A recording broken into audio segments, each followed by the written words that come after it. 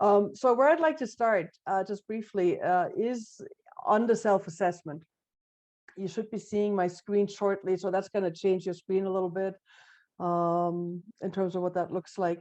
One of the questions that we ask in the self-assessment is about, in your own estimation, how confident are you about these various things that you need to do when you have a web presence, like writing web content, like creating images, videos, your notion around traditional search engine optimization, advanced search engine optimization, and structured data, and discoverability. And you, like all other groups I work with, tend to think that you're in some ways quite okay on the basic content related aspects. But that blue line, basically, that blue line that you see there is the answer that says in some ways. So I usually find that we don't actually, despite the internet having been around now for 20 some years, 25 some years, confidence is a different matter than just being able to generate content, right? To know that you're actually connecting. So we are going to spend a little bit of time in the next couple of weeks dealing with some of these. How do you know your content's actually working?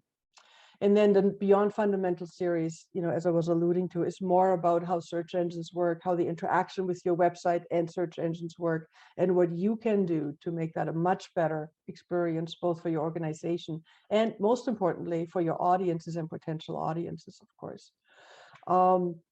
As a starting point, this is always kind of interesting to see for me, though. And it does draw a bit of a landscape in terms of understanding where we each are at. Now, I know you see the benchmark piece on the side is kind of maybe a little bit small. I've done this type of surveying over the last year quite a bit, and you'll see that you fit very well with the rest of the country, right? Where sort of the basic content items people have a fair amount of comfort with. We can always tweak it, while these other items are like around, more the technical aspects of how to make your website be found and or discoverable are a heck of a lot weaker. So you're certainly in the same boat as a lot of our colleagues. So one of the things that I would love for you to think about for a moment are these questions, which is, do you actually believe that your website is a destination? And is that where you make the first impression online, or does the first impression online happen somewhere else?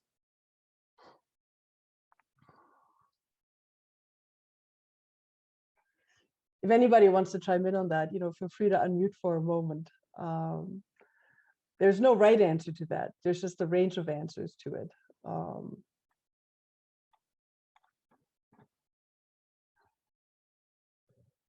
What I would propose is that the challenge, I think it happens somewhere else.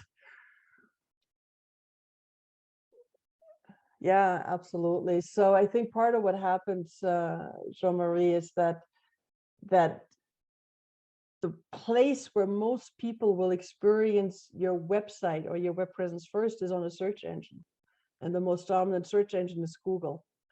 And it's the same with when people are trying to figure out what to do tonight or what to do this weekend or things like that. So COVID was a bit of a wrinkle in that, but by and large, the place you go, unless you're talking to a friend, is you go to Google and you try to figure out what's on. So there is a part of what we're going to be sort of dealing with here is, and part of why the self-assessment is the way it's designed, is because we need to balance the amazing amount of work that we all do to make our websites look really good, the graphic design aspects, the navigation, colors of buttons and all of that, with understanding that much of that content gets consumed on Google, meaning it's completely stripped down. It's just words, right? So that has some implications for how we generate content online. It has some implications around how you structure your content, and it even has implications for how you construct paragraphs. So one of the things that we'll talk a little bit more about has to do with, we got to learn to start with the punchline, not end with it. Right? Because your punchline is what ends up in the search engine result. It's the first sentence, the first HTML sentence in the search engine result. And as opposed to sort of this introductory way of, forming, it's an older way of writing that's much more conducive to long format or paragraphs or in a magazine or something like that, right?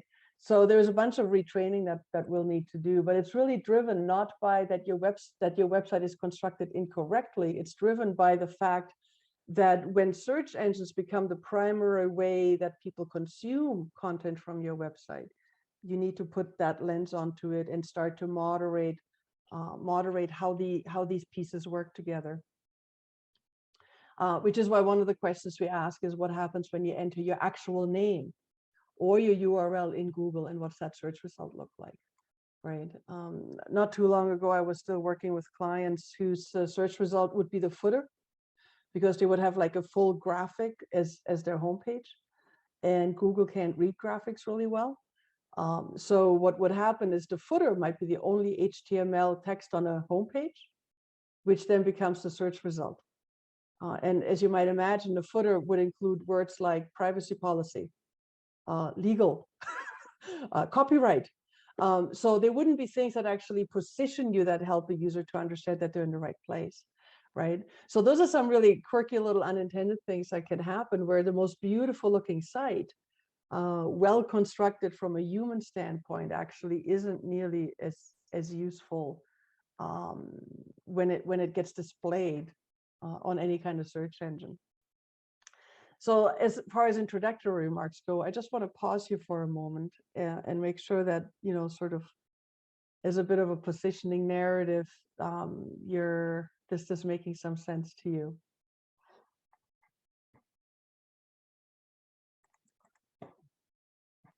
So part of what we're dealing with, I just want to show this to you, I think. Part of what we're dealing with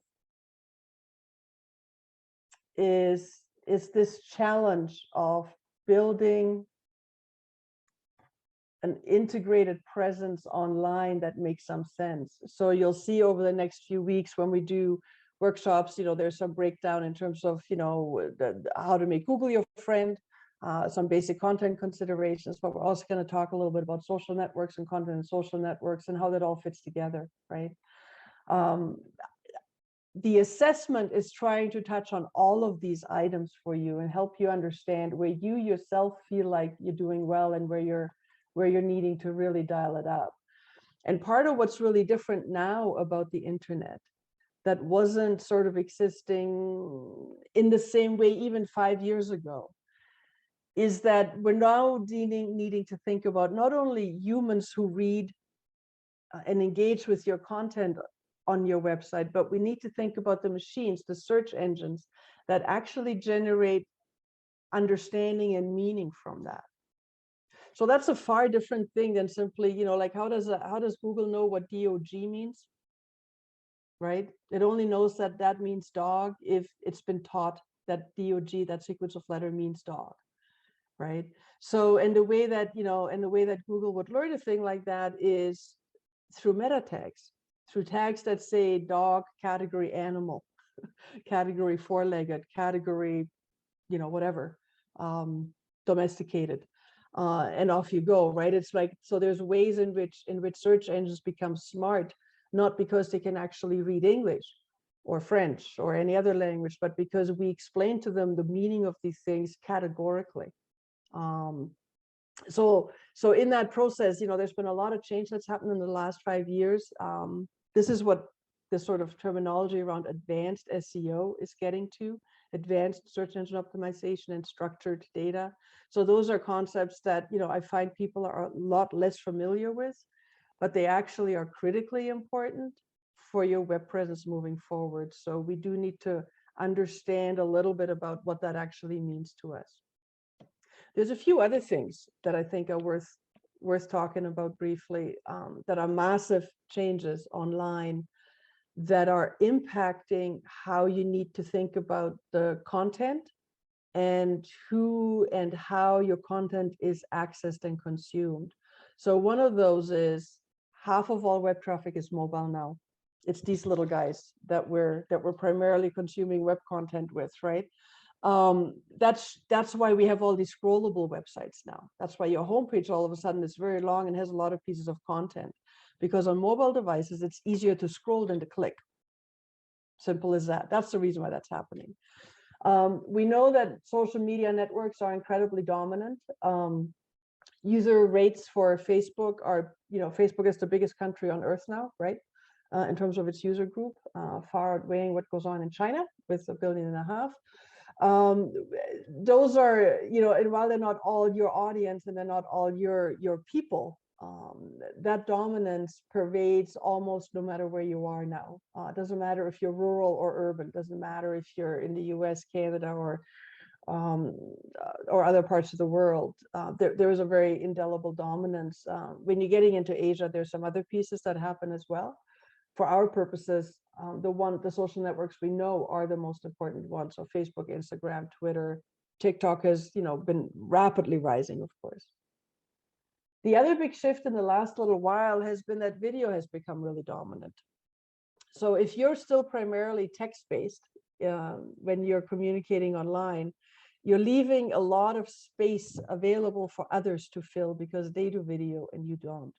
Why has video become so dominant? Because the internet has gotten faster.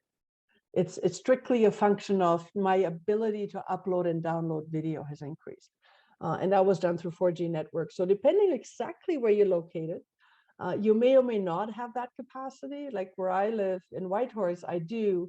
But as soon as I drive about half an hour out of town, I don't. Right? So depending on what rural part of Ontario you might be living in, you might be living in one of those spots where you actually need to get your own satellite internet, meaning your data capacity isn't anything like the capacity for folks who live in downtown Toronto or in a city or in Hamilton for that matter, right? So those are things to be aware of because, these things also happen in context, right? So I find often that in the more rural I am, the more people I encounter with smartphones, right? They don't necessarily have, big desktops or whatever because they're not nearly as fun, but they'll have smartphones. And once they come to Whitehorse, they can do whatever they need and want, and they have the same experience as I do. But while they're at home, they may have variable access. And then my ability to generate video and upload it is limited by my bandwidth, right? Similarly, on the audience side of that, their enjoyment is limited by their bandwidth, right? So those are a few things to think about as we go through the next weeks, of course. Now, the other thing that's really, really changed is Google is no longer just providing search results, as you may have seen. They provide more and more answers. So there's little boxes, they either happen on the left-hand side, they might be on top of the page, where Google actually gives you an answer. That is a qualitatively different thing to do for Google than to simply give you a whole bunch of blue links with search results. How do you become an answer? By using structured data. So we'll talk about that over the next few weeks to make sure that you sort of understand both what it is and how easy it can be to achieve it. It's something that basically once you know that it's there, it's something that you can act on quite easily. But if you don't know what the stuff is about or how to get there, then it gets like it's impossible, right? The terminology that is used to describe this internet I'm describing is typically called the semantic web. Semantic simply means the meaning of a word or a phrase, right? So that idea of machine readable data that a search engine can understand is what that's about. So I just wanted to give you a little bit of this context around it, because I think some of the questions you encountered in the self-assessment may have been slightly baffling if you've never heard of any of these, and you might have clicked not applicable because I said to click not applicable if you don't know what something is, meaning chances are you don't have it on your site. I should also tell you that in terms of that web assessment, that online self-assessment, it is entirely possible and conceivable that you have made a strategic decision, for instance, not to be on social media. And you would have had that whole social media bucket be not applicable. That can be a wise choice strategically. My key point about these kinds of things, and from an assessment standpoint, is if you haven't thought about it in the last year, this is an opportunity to think about it fresh. One of the things that happens often when we're constrained in our resources and in our time is that we make a decision at some point in time to do something or not to do something. And it can be very difficult to revisit that. So with something as dynamic as social media in particular, I tend to think that if you make a decision about something related to social media, you need to sort of revisit that on an annual basis and say, is that still the right decision for us? It's a really dynamic field, a really dynamic area. Something like TikTok, which you may have heard about, you may be using it.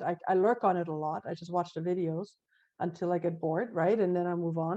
I don't post on it. But that's basically been like all the buzz, maybe starting 18 months ago.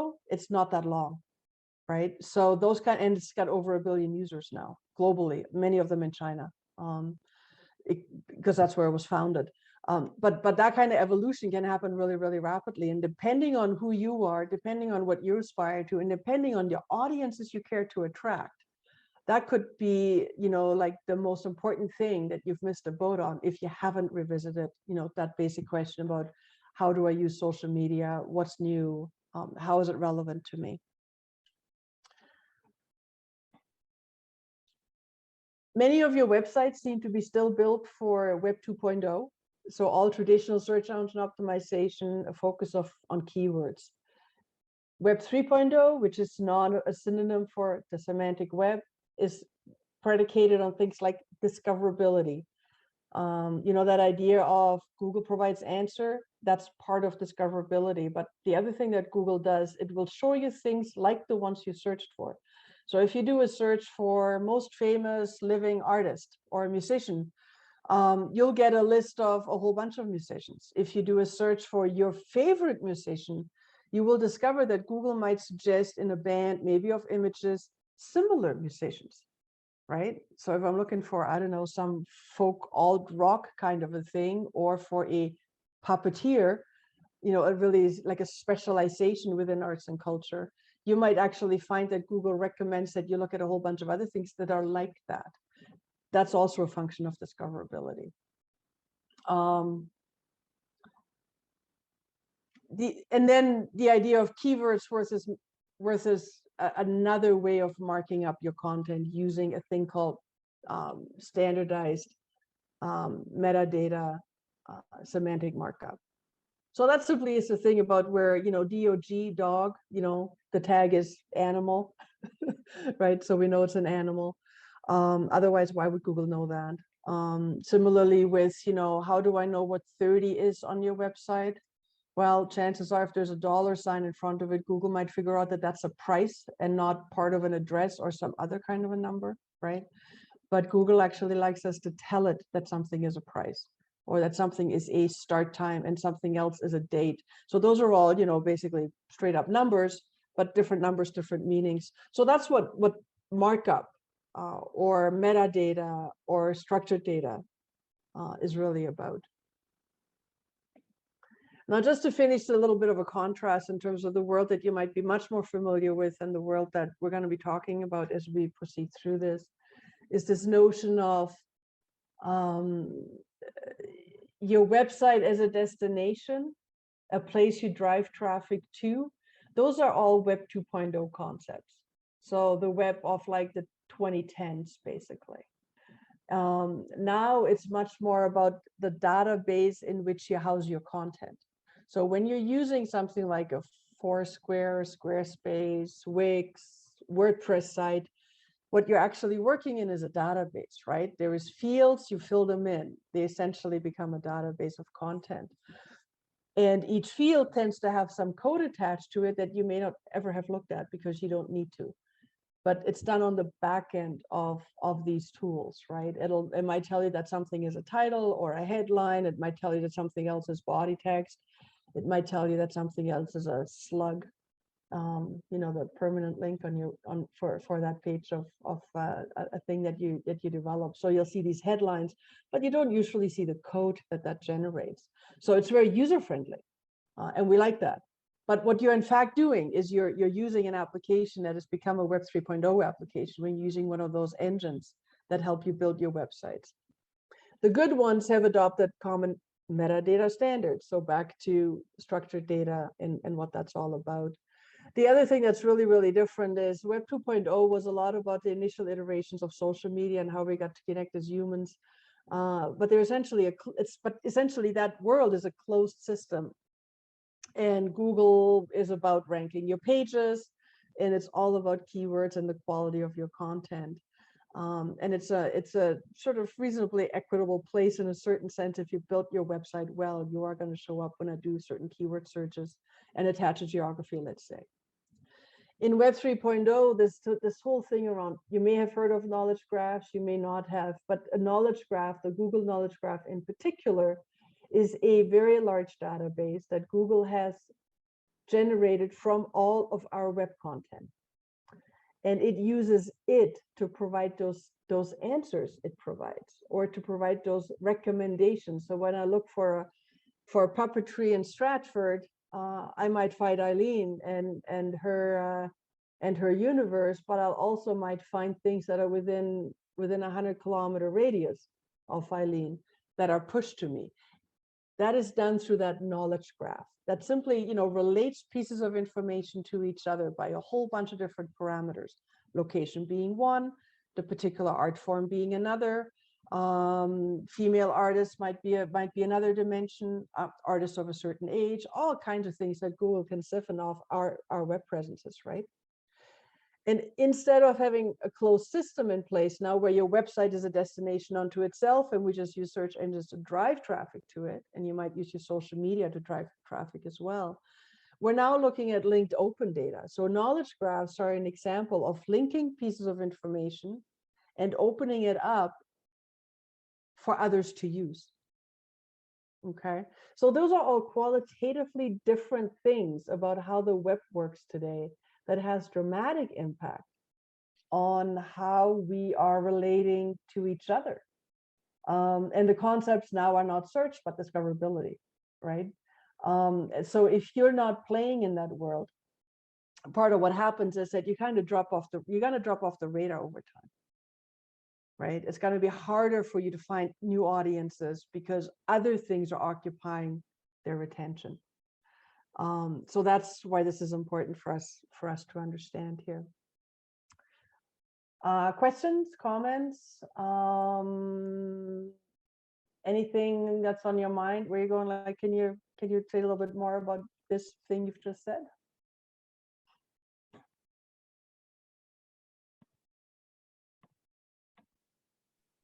I'll jump in. I feel like this is, I've only barely read or dabbled in most of the things that you're talking about. Yes. And so it feels like quite overwhelming, like that there's like this infinite amount of things to create, this infinite amount of things to do. So I'm excited to have a more concrete breakdown with actionable things that can make that feel a bit less. Yep. And that's what the next few weeks really are about, right? Because we need to, so part of what I'm trying to get at today is that you've been confronted. If you've been doing any work around trying to update your web presence or understanding, how to use Facebook for good, not evil, or things, or you're concerned about privacy, for instance, there's lots and lots of issues online, right? Like it replicates the real world. There's the good, bad, and the ugly. That part of what I want to do is I want to make sure that you're not getting stuck on some of these buzzwords, right? Because I just threw a whole bunch of buzzwords your way, but really all that matters is your objective is to find an audience online. That's the only reason why you're online. And the way that your web presence interacts with search and with social media has changed. So we need to just get you up to speed on the implications of the change. And one of the beautiful things you'll discover over the next few weeks is that a lot of this is actually easy. You just need to know about it. If you're using WordPress, there's plugins for all kinds of things, including that fancy stuff around structured data. Google has built some tools too for those who have really simple websites. That's a really useful approach. But I want to make sure that you don't get stuck on, when people say, semantic web, you somehow think that is a massively new invention that is different from Web 3.0, or that is different from structured data, or that is different from linked open data. They're all the same thing. They're all in the same universe, right? It's just we have a bunch of words to essentially mean the same things, right? And unpacking that a little bit, and yes, getting to what are the actions against that is actually, sort of the point of what what we're trying to get at here. Now, I want to just briefly run through the self-assessment. So this is the slides that show you what those of you who filled it in before last night had said about your own personal assessment of these various dimensions of your web presence. And the benchmark you see on the side there is the responses I got when I've done these surveys in other parts of the country, like in the Atlantic region or in BC or in Manitoba. And you'll see that by and large, you know, you're based like the patterns hold. The things that defeat you or that you're generally not as confident about are also the similar things that defeat others in other parts of the world. So in a lot of ways, you know, in aggregate, you're not really any worse off. And we're all learning this stuff, you know, sort of together. The first question was about content management systems and whether you use one of those. And that tends to be a hot and cold thing. You either are or you're not. It's like a binary answer in a way. And how well you use them is really the question, right? Works well on mobile. You may have discovered what's the best way to figure out whether your website looks good on a mobile device? It's to look at it on your mobile device. And if it falls apart and you can't read it and the navigation goes funny, that is not mobile optimized.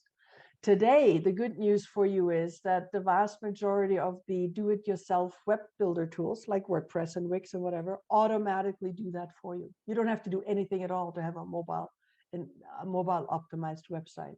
If you do a custom build, however, you need to pay attention to that. Structured data from schema.org, that's just Chinese to everybody. So that's going to change very quickly. As we go through that, but that's really where what I'm trying to talk about is that Web 3.0 semantic web stuff, and that's basically just a way to help search engines and others understand what your content means. So whether, you know, 32 is a price, a street address, a year, right? We got to tell it that. What is Antwerp? That happens to be the street I live on in Whitehorse, but it's also a city in Belgium, right? So if I don't explain that to a search engine, then, you know, it can be ambiguous to them. Then the question about integrating social media, most of you still feel like you're not doing a good job on that. Again, it's an item that we'll talk in a couple of weeks about. It's actually very easy. It's done with a tiny snippet of technology, and it's self-running from there. But sometimes it's a question of, you know, you're simply not confident about having either done it right, or you're not necessarily certain what that question actually tried to get at, right? So we're going to be unpacking all of that. So I just want to make sure that, you know, sort of as we go through that, you can sort of see a little bit about how these pieces work together. When we ask the questions about user experience, the one that's most interesting to me is the one about, is your content written to be spoken? So I'm not sure how many of you are using Alexa at this point, or whether you're using Siri, but you will have discovered that it's great to get the weather forecast from Siri or Alexa, but some other things are not. And many websites, they simply can't read because they're not designed for it. Now, the good news for you is, guess what? If you're using structured data on your website, chances are that there's some automated things that happen magically on the back end that you may not be aware of that help your content to be speakable by these assistants. But that's one of the bigger developments right now, where we're all becoming used to saying, you know, hey Alexa, can you tell me what's on tonight, you know, play the local radio station or whatever it is. And in so doing, you know, my primary interface with the web is now what? It's no longer my eyes and my ability to read, it's my ears and my ability to hear, right? So there's lots of implications as behaviors change around that we need to think about in terms of what that user experience is and becomes. But like I say, it's like one of those, you know, it can seem like a lot of work. And if your self-assessment was that you're poor at that, be aware that it's not like when the mobile technology shifted and we all had smartphones, and all of a sudden initially we all had to build 2 different websites. You may remember that if you were around then, because there wasn't an automated way to do that. With the speakable web, we're not in that situation. We just have to apply structured data to our websites for the most part, and it gets taken care of. So we're not going to end up in a second workflow or a second kind of a website. As you can imagine, I'm sure you know, it's incredibly hard to maintain two things. We barely have time for one, usually. There's also the question about whether you define key actions you want your web visitors to undertake. And I'm always still amazed that, you know, we still end up with a negative benchmark on that. Most of us simply write the content that we feel we want to share with the world, but we're not spending enough time thinking about what people who come to the site should actually do. So you might not have calls to action there. You might not, you know, think that the call to action to sign up to your e-news is that important. That may be an afterthought in your footer or something like that, while it actually could be a key call to action. So we need to reconcile, you know, what do we want audiences to do? We'll talk a lot about that next week. And therefore, how do I develop my content? And where do I put it on a page? The question around coherent visual experience between your web and social, why is that important? If anybody wants to unmute themselves, you could. I'll give you a moment there.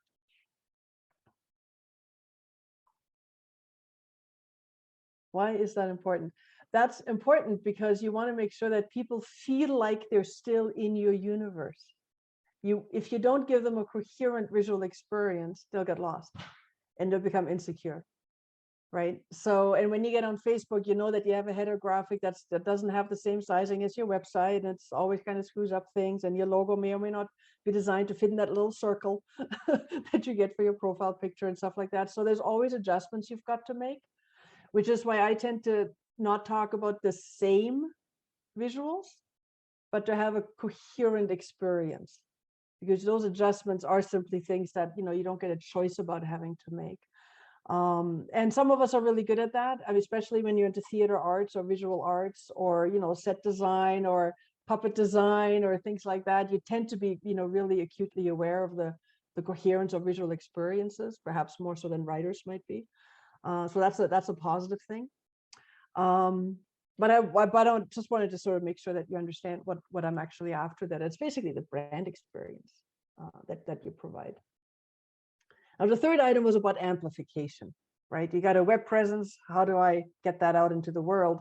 Knowing that a Google search, you know, for an art form that may not be quite as well known if you're thinking about puppetry, even multidisciplinary, that terminology is hard for our audiences. They just want to go see a show or a performance or have a fun night out. Like, their motivations aren't necessarily so intrinsically tied to the aesthetic values of an art form. For your core audience, that might well be the case, but not for a more general audience typically. So when we're looking at amplifying, we need to sort of think about what are the interactions between my website and social media? How well am I doing that? Do I give you one-click access, or do I make you copy and paste the URL into Facebook? Because that workflow, copying a URL into Facebook, is a lot less likely to happen than if I simply have a Facebook icon I can click on your page and share that, or the Twitter icon or something like that. Similarly, you know, do you offer that from every page on your site or just a home page? You know, how well are you using your headers and footers, basically, is part of what that question here is about. And then some of those action items around, you know, like e-news, having e-news or using email marketing is a way to amplify your presence online, because you're driving people back to it. And it's a small exchange. They give you their email, you give them valuable content or content that they want, right? And once you have that, you can actually work that really nicely without spamming them. So again, you know, are some of those action items that allow amplification easy to do? And then the last one, of course, is about ticketing. So depending on exactly what you do, you may not all be presenting yourselves or presenting the work that you're doing. You may be working with other organizations that have that primary ticketing interface. So for some of you, that simply isn't relevant, and that's okay. So that's one of those where just because you don't have that, that's not necessarily a bad thing. Like, know who you are, know what you're actually doing. If you're primarily producing shows, then that's not an important one. I think the fourth item was about so the notion of cross-platform stuff. And that starts to get into, you know, how well you're using Google. Most of you don't feel any confidence around that. What's the rest of the universe is like. Some of you are in fact destinations. Some of you might have a great play, not only, let's say, in the school system, but as a tourist attraction. Stratford, Ontario, obviously with the sort of big development around theater there, has become a huge destination for a small place. I don't have to go to Toronto to see awesome things all the time. But if that is the case for you and you're playing in that universe, then you're going to pay attention to travel websites. You're going to want to be on TripAdvisor. You're going to want to make sure that your experience is available in those kind of places. And it may or may not be. That may or may not have been something that you thought about in the past. So those are things that become important depending on exactly what you do and depending on the kind of audiences you attract.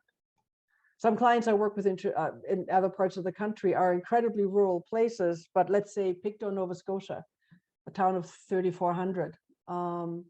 But it happens to be 10 minutes from the ferry to PEI. So they have an incredible tourist, you know, opportunity if they leverage that. Or not at all, because I don't have to get off the highway, right? So they position themselves in particular ways there to make sure that they can benefit from that. They offer summer programming. They offer programming, you know, Tuesday, Wednesday, Thursday as a result. That's not necessarily a behavior that you need to have in the summer if you're not in a place like that. All to say, that's why that question is here around, you know, how well you're doing on some of those, you know, travel or recommendation or local calendar sites. The search engine optimization piece, I think, you know, we get weak results here. I expect to see them. That's why we're going to be spending some time trying to unpack that and help you figure out, you know, in the next week, certainly we're going to talk quite a bit about that from what do you need to do to get it right? Not from the theory around how search engines work. That's not really that important. It also changes all the time. But what you want to understand is if you do 3 or 4 key things in terms of how you generate your content correctly, then this is solved. It's as simple as that. There is a correlation in terms of Wikidata that you see here, Wikimedia and linked open data directories. That's our third, that's sort of the second and third series of our workshops together. Because we're getting just sort of a little bit further away from your own web presence and figuring out how to use those kind of tools to insert into how Google and search engines see you and understand you. And that's where those pieces are really, really important. There has been very little work done in the performing arts until about 2 years ago in that arena.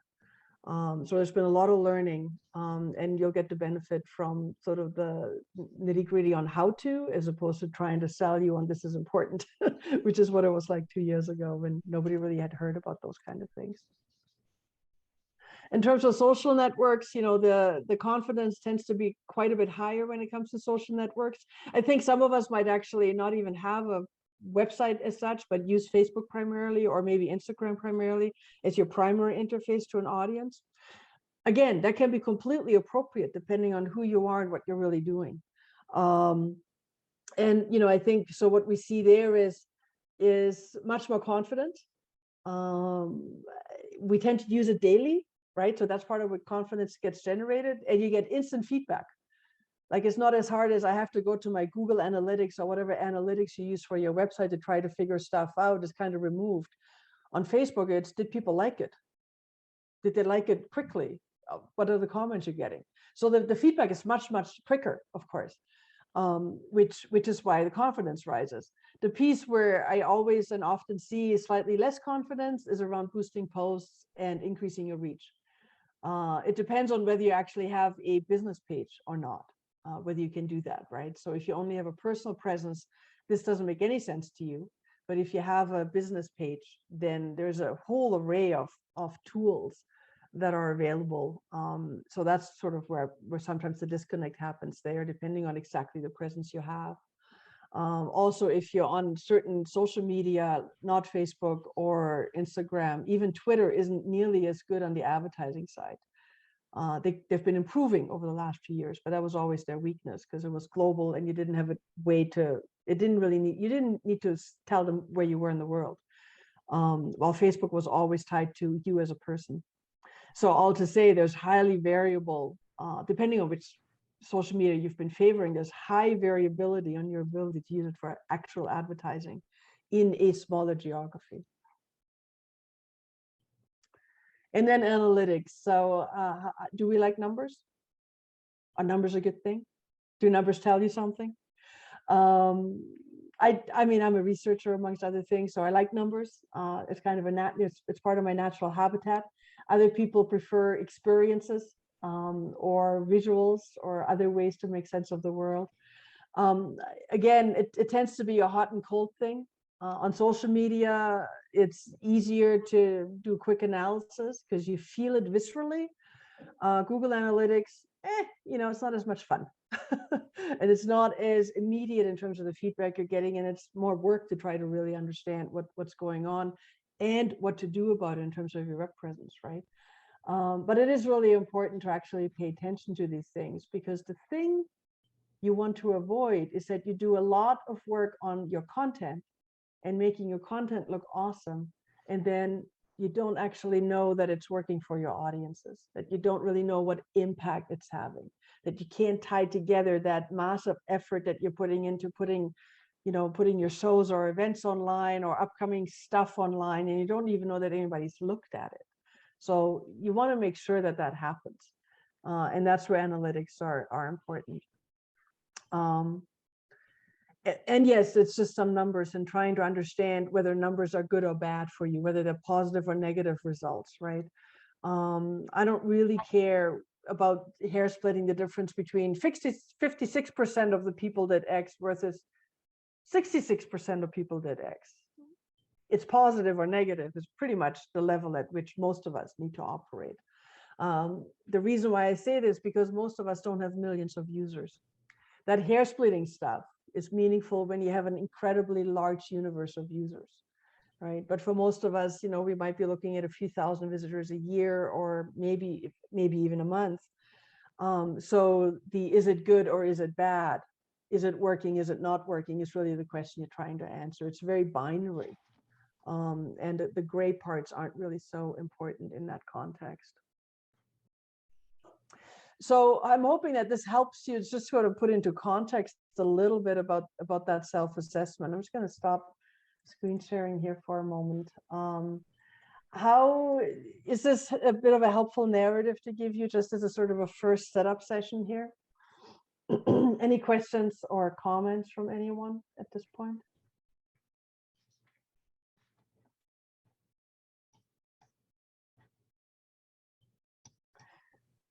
I realize that part of this sort of approach is there's always a bit of bafflement there. And I'm hoping that I achieve speaking English in terms of trying to explain that. Jean-François. Hi there. Thank you very much, Inga. It's very interesting. I should admit that the more the presentation increased, the more numbers and it get like, oh my God, numbers in my head. I would have to watch back. Thank you, Aimee, to send the link for having the diapo to go looking for exactly what means some terms like Google Analytics. I'm not sure if I understand the concept exactly yet, but I will need to do some research before the second workshop. It's very interesting. I was thinking that I was still in the Web 2.0, and I realized that I mixed those two things, and it's very interesting. Thank you very much. It gave a good update about what I still have to do for my different websites. Yeah. Thank you very much. Yeah, no, that's cool. Thank you. And we have, you sound very Francophone. We have this material in French as well, and the assessment exists in French as well. So that might also help. Because some of that terminology, everything online is always in English. Computer language is English language, right? Which isn't always helpful. So we did sort of provide that, and I think in the link that Amy shared, you can get it from that standpoint. All Google Analytics is it measures web traffic. It measures the traffic on your website. what pages people go to, how often they go to them, whether they download, if you have things to download, whether they download them. So it's just it's a free package that, because Google is so dominant, it's the dominant web analytics package people use, and it's free. So, but there's others you can use. Some of them you can pay for if you want to. So that's just, it's like basically a product name. While semantic web is a generic term that simply describes the current internet. Another term that you'll hear more of, depending on the house you live in right now, you have already a smart home. Like you may have a fridge with a computer chip in it. You may have a stove with a Wi-Fi connection, or a wall oven with a Wi-Fi connection, right? So the Internet of Things is something that is emerging as well, but that'll be in the next iteration. You know, that's when your fridge starts to make your shopping list for you because it knows you're out of milk or something like that. Or, you know, your furnace beeps at you because it knows that you're at the last 15% of your natural gas or something like that, as opposed to you have to walk downstairs or wherever your tank is and look at it. So that Internet of Things is going to become more dominant in the next few years. We're seeing inklings of that now, right? That'll be the next big iteration. And part of what that means is that, I guess what I want to distinguish is, for a long time, you know, it was a human was looking at a website, and that was all that was happening.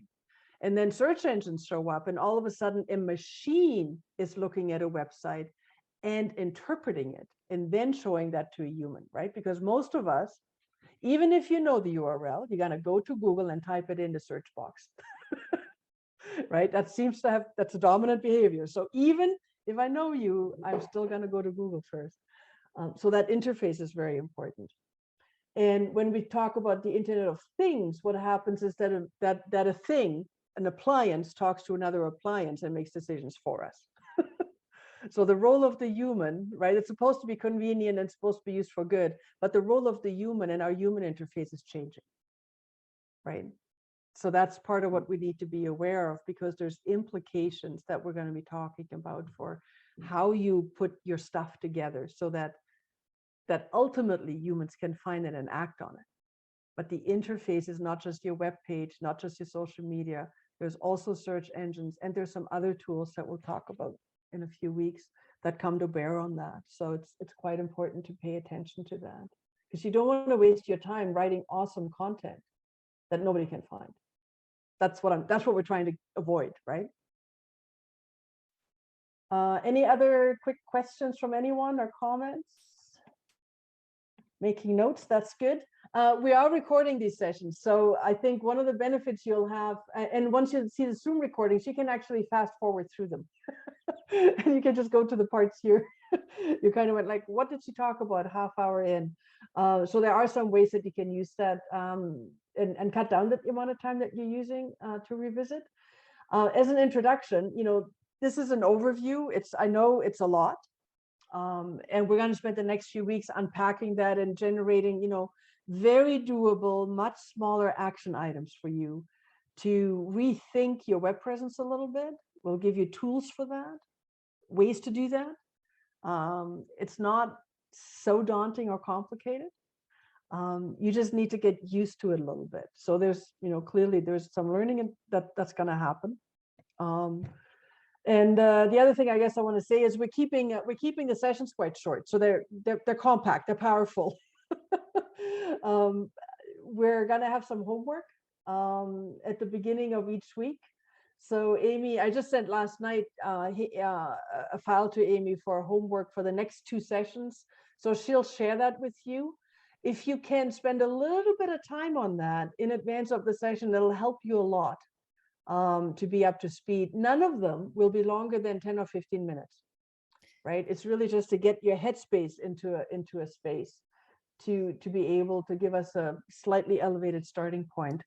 Amy, do you want to talk about that for a moment and where people can find that? Yes, I was about to jump in with that. So I'm just putting a link in the chat with the homework for the next workshop. So just to clarify, there is a workshop on Saturday. However, that's going to be the same workshop as this one. So you can attend again if you'd like to hear the information a second time to digest it. Please just register so you get the proper Zoom link for that.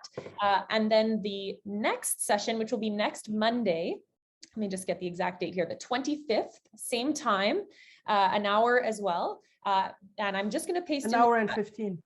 Pardon me, an hour and 15, thank you. Here is the homework for that session.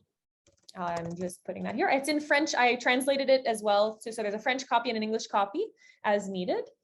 Session 2. And I will also be putting it onto the website under the workshop as well, but we just didn't get a chance to do it yet. So here's a version for you. You can click on that link now.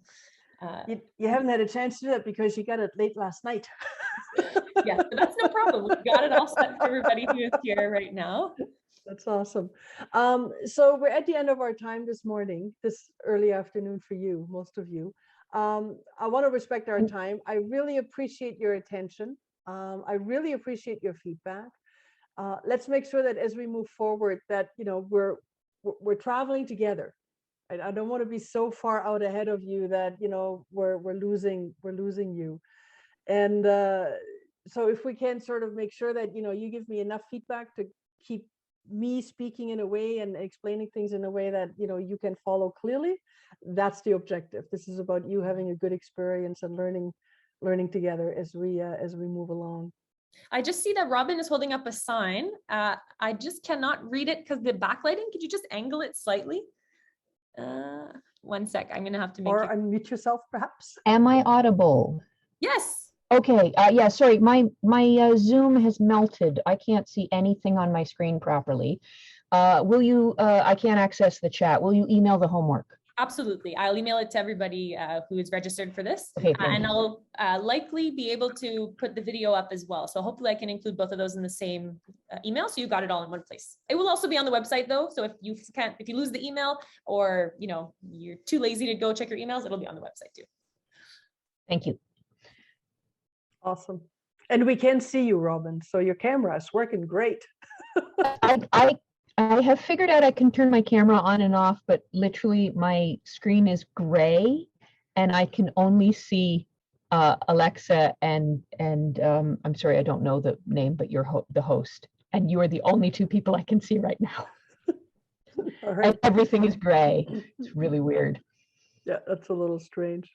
All right. Any other final comments before we say goodbye for today? And we'll see most of you hopefully next week. Yeah, I'll just say thank you to Canada Council for the Arts for helping us out with these workshops. And please don't hesitate to shoot an email my way if you have any questions, or stick around in the Zoom call right now. If you have anything you'd like to talk to us about, no worries. If not, any last questions or you're free to go. Thank you so much for joining us today and we'll see you soon.